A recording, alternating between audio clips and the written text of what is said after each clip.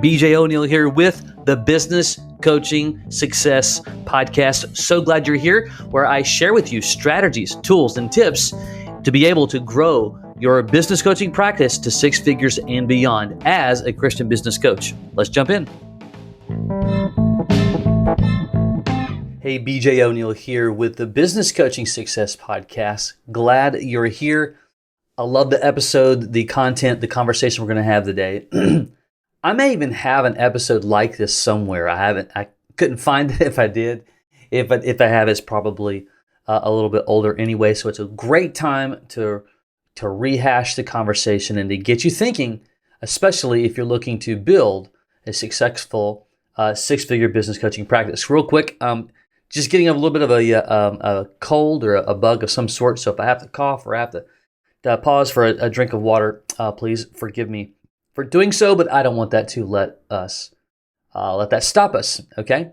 If you are interested in developing a business coaching practice, doesn't matter if you have a W-2 job, doesn't matter what your background is, doesn't matter if you own businesses, if you're a CPA, if you've been thinking about coaching for a long time, you just don't have any resources, you don't have the tools, you're just curious. What's this Christian Business Coaching Network all about? As well as how do we help coaches with a done-for-you solution? If you're curious about that, you can go to businesscoachmastery.com. That's businesscoachmastery.com. There's some resources there you can get. You can schedule a quick chat. We'll share more exactly what we do. That's all you can do is to learn more. We're going to give you all of the details that you need to understand how we help solve some of the biggest challenges for those growing, successful business coaching practices. Okay. Today's episode is all about you can't drift your way into success. I'll say that again. I want you to think about it, whether you're watching on YouTube or watching on another channel, or if you're listening on one of your favorite platforms. Listen to this closely. You simply cannot drift into success. I'm going to give you three things to consider, to ponder, to help you understand that you have to be planned in order to be successful as a successful coach. I don't care if you have a full-time job. Most coaches start with doing something else, very, very, very normal. So if you're curious about that, absolutely. But even with that, you need to have a plan, okay? But I see this all the time. This is the issue. When I say all the time, almost every single day. When I'm talking with coaches and we're getting down into what they're doing, their activities on a consistent daily, weekly, monthly basis. And when we get down to it, it's just a lot of drifting. There's not a lot of connected activity. There's not a solid plan that has definition so that they can be successful.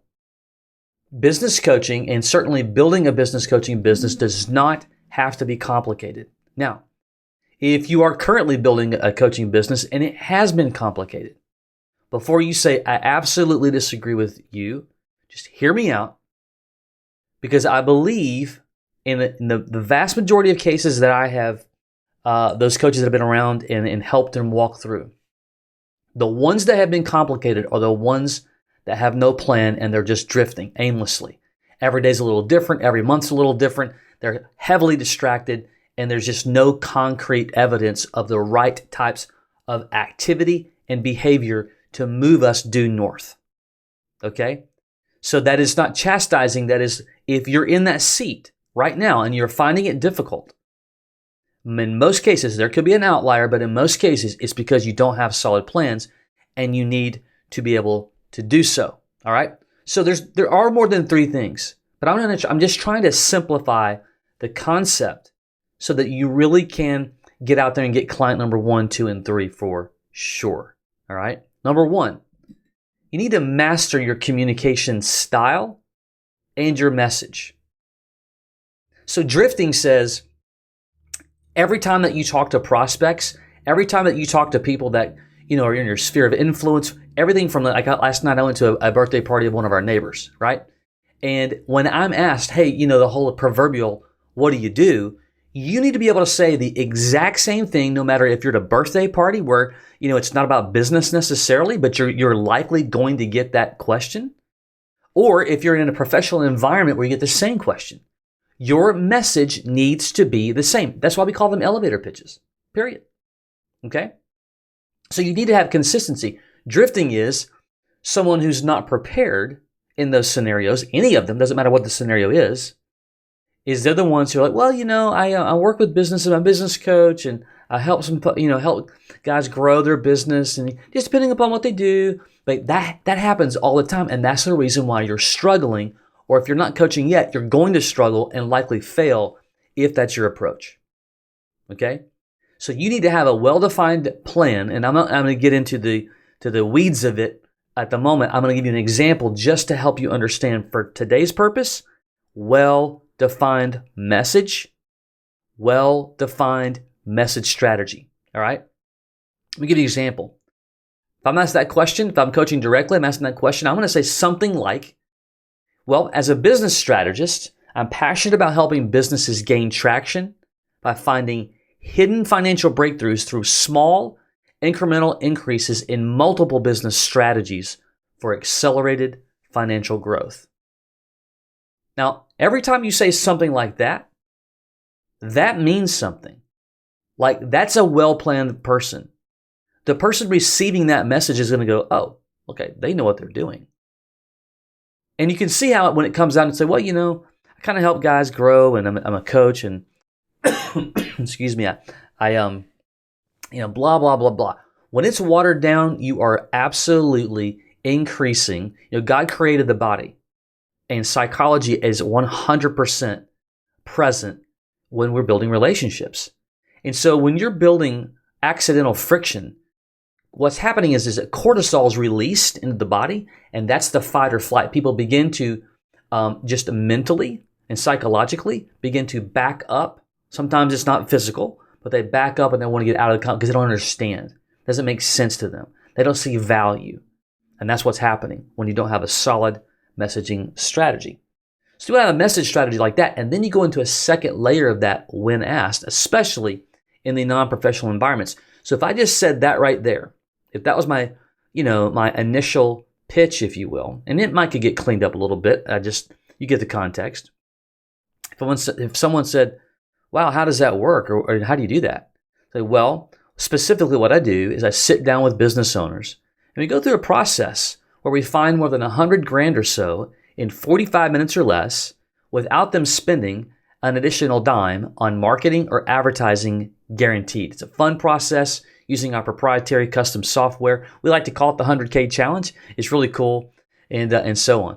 And so, by the way, that is a standard elevator pitch that we have in our system that we give for coaches through our done-for-you systematic approach. That secondary wave, that is that elevator pitch. I still like to have a first one that is more personalized, but definitely in the process that we do that we call the 100K challenge and assessment, that's the action and the activity that we're going to do to show what profit acceleration looks like when it comes to coaching a business. By the way, I don't typically even like to use the word coach. And you may say, well, wait a minute, aren't you a business coach? And don't you train business coaches? Yep. But the problem is most people who don't understand anything about coaching, they think that they know it when they hear the word business coach. So I don't let them go there. We like to use the word strategist or even profit acceleration specialists. Gives it half the time, most people say, oh, that sounds kind of cool. What does that mean? And that's perfect because that helps you get right into exactly what you do. And remember, with your messaging strategy, just like at the party last night that I went to, likely not going to have a prospect there. But every time that you talk about what you do, it's practice, and you don't know who needs to be in your network. All right? And so always look for people that you can learn from, that you can grow from, and certainly they may connect you to somebody else that they know that could potentially be someone that you really do need to know. So number one, messaging, communication style, all that really matters. You cannot drift. You need to have a solid plan. You need to be prepared and ready if you're running into somebody at a birthday party like I did last night, the gas station, or if you're at a true professional networking event of some sort, to where you're always ready. Number two, you got to have a solid plan related to your activity with your lead gen. In other words, lead generation. In other words, where am I going to find leads and prospects to talk to start with? I'll be very clear here. I don't care if you are full-time or if you have a W-2 job, it's all relative. If you have 40 hours a week to coach, to use to build your coaching business, or 5, it's still relative. What are you going to do with the given time that you have related to building relationships? So the first, this is BJ's just framework and perspective. I am a 100% high value as a Maxwell founding partner. I'm a 100% high value relationship building machine. And I want to encourage you to do the same. We want to walk away from the transactional world. Let everybody else suck up all of the transactional, time where it's all about them. That's the problem. And that's why you do want to work on your messaging. And there's basically 8 ways or so and that you're ever going to activity-wise, grow your business coaching practice with the relationships that you're going to build in most cases. It's going to be different for everybody. The bigger thing for today is that you need to have a plan. So if I'm going to use the 2 biggest that we see, number 1 is events, where you get 5 to 8 people or so in a conference room and you're going to teach them some content, or you're going to do it virtually. Live is always better. Virtually obviously works. Webinars, that those will probably never go away. Education never stops, right? You can go back 50 years. Education was happening then. It'll be happening 50 years from now. No doubt when you're in the seat of the person with a microphone and you are relating information, helping someone to get into the aha zone and to realize things that they don't know and understand yet, that's how you build your prominence, okay? So live events by far is absolutely strong, followed by, at the local networking game. You're going to different networking events and you're just meeting people on a consistent basis, introducing yourself. Some of those people turn into opportunities where you're going to make an invitation to go to the next step, which is your activity needed to be able to show them how you can help them. Again, in our system, we call that a business assessment. Okay, so you can't drift your way into success. So even if you were to do, either one of those things, you still need a plan that has numbers attached to them, which is going to be our third thing in just a second. But you do have to make a decision. What is your success path? What are you going to do? Am I going to do networking? Am I going to do live events? Would I like to develop a lot of different, joint venture opportunities with those who already have paying customers like CPAs or financial planners or business brokers, or the list goes on and on, just again, depending upon your network. Now, I will tell you, one of my favorite, especially in the beginning in getting clients 1, 2, and 3, is my sphere of influence. Now, everybody's sphere is different. Sphere of influence meaning those people who you know in your network. Last night, I went to a birthday party, right? I knew a good handful of the people there. There's a lot of people I didn't know, but I knew people there. They are in my sphere of influence. My neighbors, my family, past colleagues, people I grew up with. The list goes on and on. Well, they don't own businesses. Please don't understand. Your sphere of influence, you don't know who in your sphere can connect you to somebody who does need your help. You just have to have a plan on reaching out to them and building that relationship. That's a different story. And I don't want to get bogged down into that one thing. The bigger purpose is you have to have a success plan, a path rather, and you do have to choose. And you do want to be consistent with it, which puts us to our third and final thing, is consistency. Consistency, consistency, consistency. Once I have my message framework and my messaging strategy down, I've chosen my success path and or paths of what they're going to be. The third is I have to start running consistency with numbers. I'll give you a very clear and simple way to look at this. And it's going to move around based upon how much time you have, how good you are with building relationships, and so on. But we want to start with 30%. What I mean with that is, let's begin with the end in mind. The Stephen Covey principle of 7 habits of highly effective people.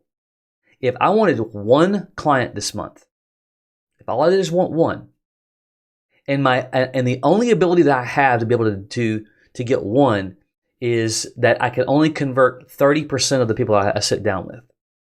In rough numbers here, I need to, in my case with my system, I'm going to use a business assessment to help me to close and convert that prospect to client. Well, that means that if 30% was my best, it needs to be better than that, but if 30% was my best, I need to sit down with a minimum of 3 people and take them through that assessment. And I'll tell you, if you do that, you sit down with 3 people and you don't close any of them. Now, if they're completely the wrong people, that's absolutely a conversation that needs to be had. But for today's purpose, it's about consistency more than anything. But if I can't, then I've got something, there's an issue there. You got to figure out what that is. And it could be one of the issues is I'm putting the wrong people there who, they're too small of a business or all startups. I don't know. The list could go on and on.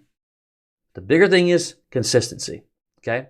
So if it's going to take me 3 of those people, then I got some activity to do to move people to the assessment. Well, let's still look at the 30% measurement. If I make 10 invitations to go to my assessment that we call the 100K challenge, if I make 10 of those invitations and I can only get 30%, guess what that number is? 3. You see how that works? So if you had extreme limited time because you have a W-2 job or you own a couple of businesses or whatever, then my goal in this month, if I'm going to close 1 and I'm only going to take 3 people through it, well, I need at least 10 people, 10 invitations. I'm going to take those 10 invitations and I'm going to divide it out over the months on what my activity level is going to be. If that's going to be the live event mastery, I would argue to take a look at that. Or if it's going to be networking or using my sphere of influence or whatever the case may be. But you can't guess. You can't hope. You can't cross your fingers. You have to have a plan. The beautiful thing is you can start small and grow into it. And I typically encourage most people, some who've they've moved on from their job or their job moved on from them, whatever, they just got extra time on their hands, then you certainly can do more. And the more that you're going to increase your output of activity, it all rises with the tide. Hope that makes sense. So if nothing else that you understand, if you can understand the 3 principles that I shared with you today in getting clear with your message and your message strategy, and you're prepared no matter who you talk to and how you talk to them. Number 2, you have some type of plan for your success path on what your activity is going to be. And the 3rd, you're understanding your numbers, you're paying attention to your numbers, and you're keeping up with them. And if it's not working the way you want, you're not crying about it. And I don't mean to be mean about it. But you're not crying about it. You're just making adjustments to increase your ratios. Now, that's not just it, but that is about 80% of this ballgame. Rinse and repeat. You continue to make those 3 areas better on a consistent basis, you will succeed. Isn't that great news? But you're not going to succeed by accident. You're not going to succeed by happenstance. And you're not going to succeed by drifting your way to success. There you go. Again, if you're interested in learning more about what we do and potentially helping you, go to businesscoachmastery.com. Until next time, take care.